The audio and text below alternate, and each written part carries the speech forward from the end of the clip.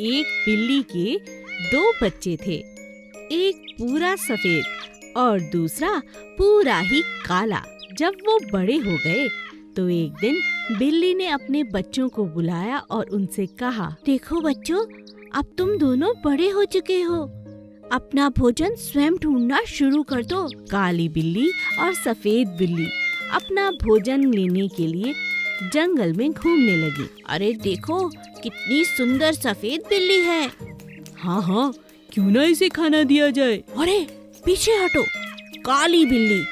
मुझे तो इसे देखकर डर लगता है, इसे पहले जाने दो। काली बिल्ली यह सब देख बहुत उदास हो गई, क्योंकि सफेद बिल्ली बहुत सुंदर थी। सभी उसे प्यार करते और भोजन देते, लेकिन काली बिल्ली को कोई पसंद नहीं करता था। इसी बात का सफेद बिल्ली को बहुत घमंड हो गया। मुझसे सुंदर कोई नहीं, मैं हूँ सबसे सुंदर, सभी प्यार करते हैं मुझे, जब चाहूँ जहाँ जाऊँ वहीं खा लेती हूँ। तुम तो बहुत ही बुरी लगती हो, तुम्हें कोई पसंद नहीं करता, तुम जाकर कहीं एक जगह बैठ जाओ, इतना घूमने का कोई फायदा नहीं। काली बिल्ली अपनी माँ से यह बात पूछती है। माँ, सफेद बिल्ली को तो सभी प्यार करते हैं, पर मुझे कोई प्यार नहीं करता। ऐसा नहीं कहते, मैं तुम्हें प्यार करती हूँ, मेरे लिए तुम दोनों एक समान हो। एक दिन सफेद बिल्ली को ना पाकर उसकी माँ परेशान होने लगी। पता नहीं अभी तक वो कहाँ है, कहीं मिल नहीं रही। काली बिल्ली अपनी बहन को ढूंढने निकल पड़ती है। मुझे बचाओ, कोई मुझे बचाओ। सफेद बिल्ली को एक लड़के ने पकड़ लिया था और अपने घर में रख लिया था। काली बिल्ली ने जब उसे देखा तो उसकी मदद करने गई। यह क्या, तुम्हें यहाँ किसने बंद किया? एक लड़के ने, वो मुझे बहुत प्यार करता है, मगर मैं इस बंधन में बंधना नहीं चाहती। मुझे भी तुम्हारी तरह घूमना है, मुझे यहाँ से ले चलो। काली बिल्ली की आजादी देख सफेद बिल्ली को बहुत जलन हुई, मगर अब वो क्या करती, वो किसी के घर में बंद थी। जैसे तैसे कोशिश करके मौका पाकर काली बिल्ली ने अपनी बहन की मदद की और उसे भी आजाद करा दिया। हमें कभी रंग में भेदभाव नहीं करना चाहिए। 2 बकरियां। एक बार की बात है, रतन नाम का एक चरवाहा अपनी बकरियों को नदी किनारे घास चराने ले गया। रतन नदी किनारे पेड़ की छांव में सुस्ताने लगा और दोनों बकरियां घास चरने लगी। अचानक पहली बकरी को नदी की दूसरी तरफ हरी हरी घास दिखाई दी। अरे वाह, उस पार तो इतनी सुंदर घास, ये तो बहुत स्वादिष्ट होगी, मैं उस पार जाकर इसे खा लेती हूँ। मैं और कैसे? तभी बकरी की नजर एक पेड़ पर गई जो बहुत लंबा था और किसी कारण से गिर गया था और नदी के उस पार तक जुड़ गया था, जैसे कोई पुल हो। बकरी बहुत खुश हो गई और सोचने लगी कि मैं इस पेड़ के सहारे उस किनारे तक पहुंच सकती हूँ। बकरी पुल पर चढ़ने लगी, तभी उसकी नजर एक और बकरी पर पड़ी जो उसी पेड़ के सहारे उस पार आना चाहती थी। पीछे हट जाओ, पीछे हट जाओ, मुझे नदी पार करनी है। मैं तुम पीछे हटो, तुम पीछे हटो। दूसरी बकरी ने कहा, पहले तो मैं इस पर आई हूँ, पहले मैं पार करूँगी। मैं दोनों बकरियां आपस में झगड़ने लगी। पहली बकरी समझदार थी, उसने कहा, मैं पीछे नहीं हटूंगी, मगर नीचे बैठ जाती हूँ, तुम मुझे टाप कर नदी की दूसरी तरफ जा सकती हो। मैं झगड़ा कर कोई फायदा नहीं। दूसरी बकरी मान गई और पहली बकरी के झुकते ही वह टाप कर नदी के दूसरी तरफ चली गई। दोनों बकरियों ने नदी पार कर ली और एक दूसरे को शुक्रिया अदा किया। हमेशा लड़ाई झगड़े से नहीं, बल्कि बुद्धिमानी से हल निकाला जा सकता है। वफादार घोड़ा बादल। चंदन के पास बादल नाम का एक खूबसूरत सफेद रंग का घोड़ा था। दोनों एक दूसरे से बहुत प्यार करते थे। चंदन अपने घोड़े पर बहुत मेहनत करता, उसे रोज अच्छे से नहलाता, अच्छा खाना खिलाता और घुमाने भी ले जाता। बादल भी चंदन की हर बात मानता था। एक दिन एक चोर की नजर घोड़े पर पड़ी। अरे, इतना सुंदर और शांत घोड़ा, इतना आज्ञाकारी है, क्यों ना इस पर साफ किया जाए अपना हाथ, क्यों ना इस बार इसे ही चुरा लिया जाए। अगले ही दिन चोर मौका पाकर घोड़े को भगा ले गया। इस घोड़े को ज्यादा दिन अपने पास रखना खतरे से खाली नहीं है, इससे जल्दी ही बेच देता हूँ, कहीं पकड़ा ना जाऊं, इसका रंग ही बदल देता हूँ। चोर ने घोड़े को काले रंग से रंग दिया और उसे लेकर शहर की तरफ जाने लगा। बादल चंदन को याद कर कर रोता रहता। हे भगवान, मेरी मदद करो, यह चोर तो बहुत चालाक है, मुझे चंदन से दूर कर दिया, मैं उनके बिना नहीं रह सकता। तभी बादल की नजर नदी किनारे बैठे चंदन पे पड़ी। चंदन को देखते ही बादल जोर जोर से हिंहिनाने लगा। चंदन को कुछ समझ नहीं आया। अरे, ये घोड़ा मुझे देखकर इतना शोर क्यों कर रहा है? शायद ये मुझे कुछ कहना चाहता है। तभी अचानक बादल चोर को जोर से धक्का देकर नदी में कूद पड़ता है। अरे अरे, ये घोड़ा, अरे इसे बचाना होगा। चंदन घोड़े को बचाकर बाहर ले आता है, मगर यह क्या? अरे, इस घोड़े का तो रंग निकल रहा है। अरे भागो, कहीं पकड़ा न जाऊं। यह सब देख चोर दुम दबाकर भाग गया। चंदन अपने घोड़े को पहचान जाता है और बादल अपनी समझदारी से अपने मालिक के पास वापस पहुंच जाता है।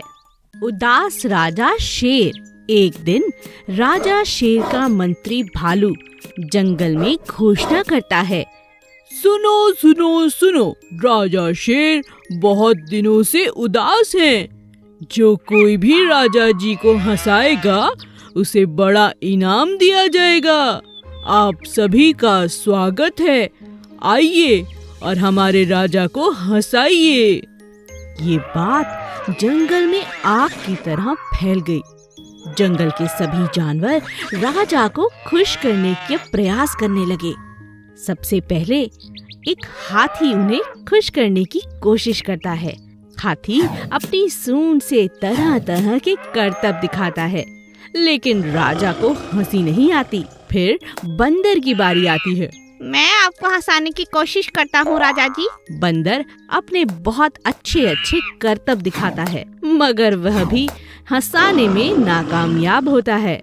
इसी तरह सभी जानवर कोशिश करते हैं, लेकिन किसी को भी कामयाबी नहीं मिलती। अंत में नन्ही चींटी की बारी आती है। राजा के मंत्री भालू को लगता है किसी को इनाम नहीं मिलेगा। इतनी छोटी सी चींटी हमारे राजा को कहां से हंसाएगी? जब अच्छे अच्छे बड़े बड़े जानवर नहीं हंसा पाए तो ये चींटी क्या हंसाएगी? तभी चींटी गुस्से में लाल होकर राजा के नजदीक आती है और कहती है, देखिए राजा जी, बहुत हो चुका, मैं आ रही हूँ आपके पेट पर गुदगुदी करने। आपको तो फिर हंसना ही होगा। अपनी तरफ गुस्से में चींटी को आता देख राजा की हंसी निकल पड़ी। हो हो हो हो हो हो हो हो। राजा को हंसता देख सभी जानवर हंसने लगे और नाचने लगे। चींटी को भी राजा ने बहुत सुंदर इनाम दिया। एक गांव में राजू नाम का लड़का रहता था। वो रंग बिरंगी सुंदर सुंदर टोपियां बनाया करता था और उन्हें बाजार में जाकर बेच देता था। उसकी सुंदर सुंदर टोपियां सभी को बहुत अच्छी लगती थीं। एक दिन राजू जब टोपियां बेचने बाजार जाने लगा, रास्ते में उसे बहुत तेज भूख लगी, तो वह खाना खाने के लिए एक घने आम के पेड़ की छांव में बैठ गया। बड़ी तेज धूप है, क्यों ना थोड़ी देर इस पेड़ के नीचे बैठकर आराम कर लेता हूँ और खाना भी खा लेता हूँ। थका हारा राजू पेड़ के नीचे आराम करने लगा। उसी घने पेड़ के ऊपर बहुत सारे बंदरों की टोली थी जो बहुत शैतान थे। जब बंदरों ने देखा राजू टोपी वाले की आंख लग गई है और वह सो गया है, तभी सारे शैतान बंदर पेड़ से नीचे उतरकर टोपियों के साथ खेलने लगे। बेचारा राजू इस बात से अनजान था और आराम से सो रहा था। तभी वहां से एक और व्यापारी निकला जो कपड़े बेचता था। वह बंदरों को देखकर समझ गया कि जरूर दाल में कुछ काला है। थोड़ी और पास आने पर उसने राजू टोपी वाले को सोते देखा और उसे उठाने लगा। अरे ओ टोपी वाले भैया, जल्दी उठो, देखो बंदर तुम्हारी सारी टोपियां ले जा रहे हैं, जल्दी उठो जल्दी उठो। क्या? अरे अरे अरे मेरी टोपी! भाई तुम ही कुछ मदद करो ना। व्यापारी बहुत होशियार था, उसने राजू की मदद करने की सोची। अचानक व्यापारी ने जोर जोर से हंसना शुरू कर दिया।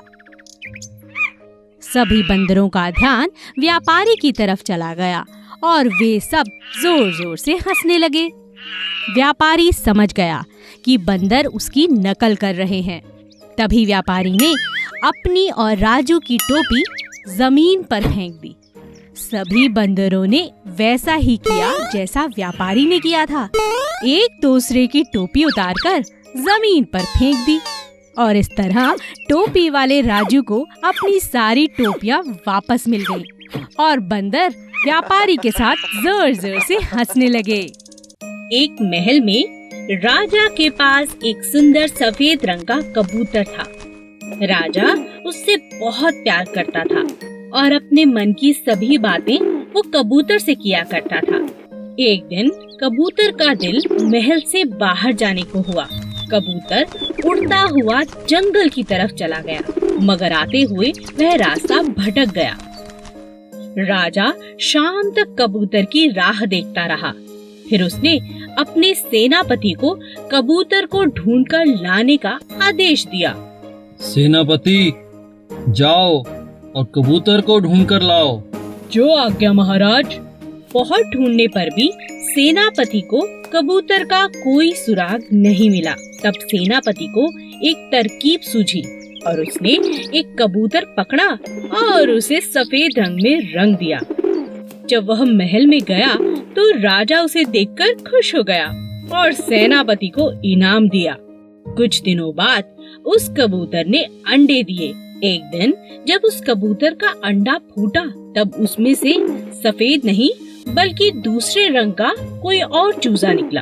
यह देखकर राजा को बहुत परेशानी और शक भी हुआ। उसने कबूतर से कहा, मैं बहुत खुश हूँ कि तुम्हारे चूजे बाहर आ रहे हैं, लेकिन एक बात बताओ, तुम्हारा और तुम्हारे चूजों का रंग अलग क्यों है? यह सुनकर कबूतर राजा से क्षमा मांगने लगा और बोला, मुझे माफ कर दीजिए राजा जी। कई दिनों से आपको यह सच बताने की मैं बहुत कोशिश कर रहा था, लेकिन आपके गुस्से के कारण मैं आपको बता नहीं पा रहा था। कौन सा सच? आप चाहें तो मुझे जो मर्जी सजा आप दे सकते हैं, लेकिन मेरे बच्चों को छोड़ दीजिए। यह सब आपके सेनापति ने किया है। उसने आपको खुश करने के लिए सफेद रंग मुझे लगा दिया और यहाँ ले आया। राजा कबूतर की ईमानदारी से बहुत खुश हुआ और राजा ने उस कबूतर को उसके बच्चों के साथ अपने पास रख लिया। लेकिन राजा अपने पुराने कबूतर को भूला नहीं, उसे वह अक्सर याद करता। 2 बकरियां। एक बार की बात है, रतन नाम का एक चरवाहा अपनी बकरियों को नदी किनारे घास चराने ले गया। रतन नदी किनारे पेड़ की छांव में सुस्ताने लगा और दोनों बकरियां घास चरने लगी। अचानक पहली बकरी को नदी की दूसरी तरफ हरी हरी घास दिखाई दी। अरे वाह, उस पार तो इतनी सुंदर घास, ये तो बहुत स्वादिष्ट होगी। मैं उस पार जाकर इसे खा लेती हूँ। मैं और कैसे? तभी बकरी की नजर एक पेड़ पर गई जो बहुत लंबा था और किसी कारण से गिर गया था और नदी के उस पार तक जुड़ गया था, जैसे कोई पुल हो। बकरी बहुत खुश हो गई और सोचने लगी कि मैं इस पेड़ के सहारे उस किनारे तक पहुंच सकती हूँ। बकरी पुल पर चढ़ने लगी। तभी उसकी नजर एक और बकरी पर पड़ी जो उसी पेड़ के सहारे उस पार आना चाहती थी। पीछे हट जाओ, पीछे हट जाओ, मुझे नदी पार करनी है। मैं तुम पीछे हटो, तुम पीछे हटो। दूसरी बकरी ने कहा, पहले तो मैं इस पर आई हूँ, पहले मैं पार करूँगी। मैं दोनों बकरियां आपस में झगड़ने लगी। पहली बकरी समझदार थी। उसने कहा, मैं पीछे नहीं हटूंगी, मगर नीचे बैठ जाती हूँ। तुम मुझे टाप कर नदी की दूसरी तरफ जा सकती हो। मैं झगड़ा कर कोई फायदा नहीं। दूसरी बकरी मान गई और पहली बकरी के झुकते ही वह टाप कर नदी के दूसरी तरफ चली गई। दोनों बकरियों ने नदी पार कर ली और एक दूसरे को शुक्रिया अदा किया। हमेशा लड़ाई झगड़े से नहीं, बल्कि बुद्धिमानी से हल निकाला जा सकता है। Please subscribe.